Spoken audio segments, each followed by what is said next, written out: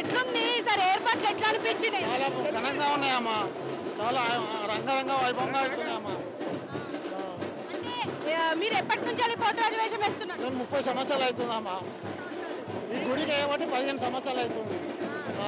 కామేష్ అన్న, రమేష్ అన్న, లక్ష్మక్క, మా ఫ్రెండ్ విజయ్ వాళ్ళు ఇక్కడ ఛాన్స్ ఇచ్చారమ్మా నాకు అమ్మవారి సేవకు చేసుకొని. అంటే ఇవాళ ప్రోగ్రామ్ ఎట్లా జరిగింది? ఇవాళ భవిష్యవాణి విన్నారు కదా, ఎట్లా అనిపించింది? మేము లోపల ఉన్నామమ్మా, మేము వినలేదు. అంటే ఇప్పుడు మహమ్మారి రాబోతోంది, అందరూ జాగ్రత్తగా ఉండాలా, పిల్లల్ని జాగ్రత్తగా వచ్చింది కదమ్మా, కరోనా వచ్చింది కదా, దాని ఎఫెక్ట్ కొంచెం ఉంటుందంట. అది తగ్గిపోతుంది. అమ్మవారి శాఖ పోయాలా, అమ్మవారికి 5 రోజులు దీపం పెట్టాలా చెప్పింది కదమ్మా. మీరు ఈ ఏర్పాట్లతో మీరు తృప్తిగా ఉన్నారా? చాలా తృప్తిగా ఉన్నామ్మా.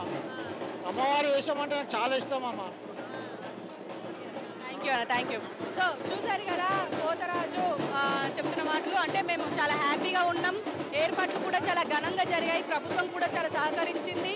భవిష్యత్తులో భాగంగా అంటే కరోనా వచ్చింది కాబట్టి అదేవిధంగా ఈసారి కూడా అమ్మవారు చెప్పింది ఖచ్చితంగా ప్రజలు జాగ్రత్తగా ఉండాలి అని చెప్పేసి పోతరాజు అంటున్నారు.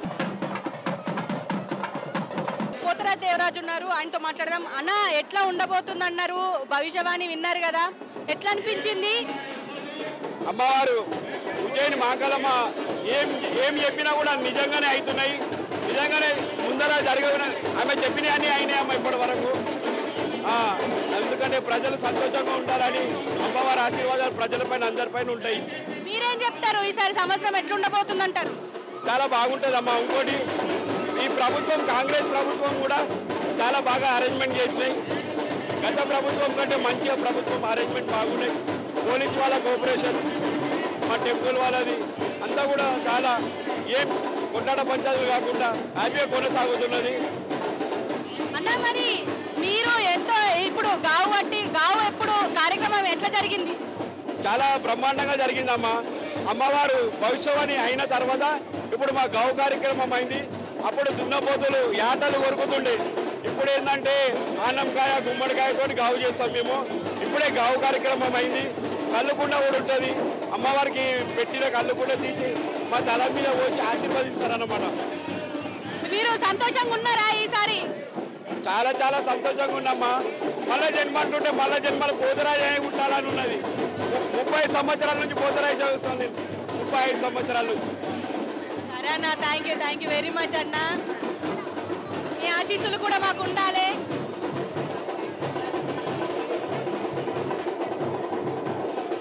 పోతరాజు అంటున్నట్టుగా అంటే దేవరాజు పోతరాజు అంటున్నారు ఈ సంవత్సరం కూడా మంచిగా ఉండబోతోంది. ఇటు ఒక పక్క కాంగ్రెస్ ప్రభుత్వం కూడా మమ్మల్ని అందరినీ అంటే పోతరాజులు కావచ్చు, శివసత్తులు కావచ్చు సరైన ఏర్పాట్లు చేశారు. అండ్ పోలీసులు కూడా మాతో సమన్వయంగా పాటించారు, మాతోని అంటే సక్రమంగా ఉన్నారు. మేము కూడా వాళ్ళకు సహకరించాము. అలాగే అమ్మవారు చెప్పినట్టుగా ఈసారి కూడా చెప్పిన కొన్ని అంటే అమ్మవారు తృప్తి పడలేదు అన్నదానికి అటు ప్రభుత్వం కూడా ఏర్పాట్లు చేస్తుంది. అలాగే భక్తులకు కూడా దీనికి సంబంధించి అన్ని ఏర్పాట్లు చేసుకోవాలి. అలాగే మహమ్మారి గురించి కూడా ఒకసారి ఆలోచించుకోవాలి. ఎందుకంటే 2019లో ఇదే భవిష్యవాణిలో మహమ్మారి రాబోతుంది అని అన్నారు.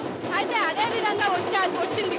ఇప్పుడు కూడా అలాంటి గడ్డు పరిస్థితి రాబోతోంది అని అంటున్నారు. కాబట్టి అందరూ జాగ్రత్తగా ఉండాలి అని చెప్పేసి దేవరాజు పోతరాజు అంటున్నారు.